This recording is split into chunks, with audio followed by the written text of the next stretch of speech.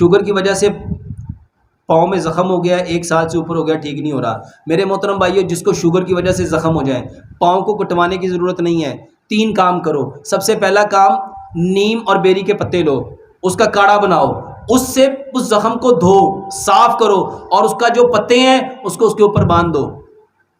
ایک دفعہ صبح باندھو، ایک دفعہ رات کو باندھو، اسی پانی کے ساتھ اس کو کھول کے دھو کے صاف کر کے وہی پتے اس کے اوپر لگا کے اس کے اوپر باندھو، اور صبح اٹھ کے رات کو کیلے کے ساتھ دانت صاف کرو، رات کو کیلے کے ساتھ دانت صاف کرو، اور صبح اٹھ کے بسم اللہ پڑھ کے سورۃ فاتحہ پڑھ کے اپنا تھوک اپنے زخم کے اوپر لگاؤ۔ بہترین علاج ہے۔ کبھی جانوروں کو دیکھا ان کو زخم ہو جائے وہ کیا کرتے ہیں؟ اپنے تھوک سے چاٹتے ہیں۔ یہ بہترین علاج ہے۔ تیسرے نمبر پہ یہ جو کلونجی میتھی دانے کا پانی ہے، یہ صبح دوپہر شام کھانے سے آدھا گھنٹہ پہلے لو۔ ادرک لہسن پودینے ناردانے کی چٹنی ہر کھانے کے ساتھ 1 بڑا چمچ لو۔ رات کو 1 گلاس دودھ لو، آدھی چائے کی چمچ ہلدی، آدھی چائے کی چمچ دار چینی، آدھی چائے کی چمچ سونف، 2 سبز الائچیاں، 2 لونگ، اس کو اتنا پکاؤ 1 گلاس پونا رہ جائے۔ 1 گلاس صبح، 1 دوپہر، 1 شام، 3 ٹائم میرے محترم بھائیو یہ دودھ پیو۔ یہ شوگر کا بہترین علاج ہے۔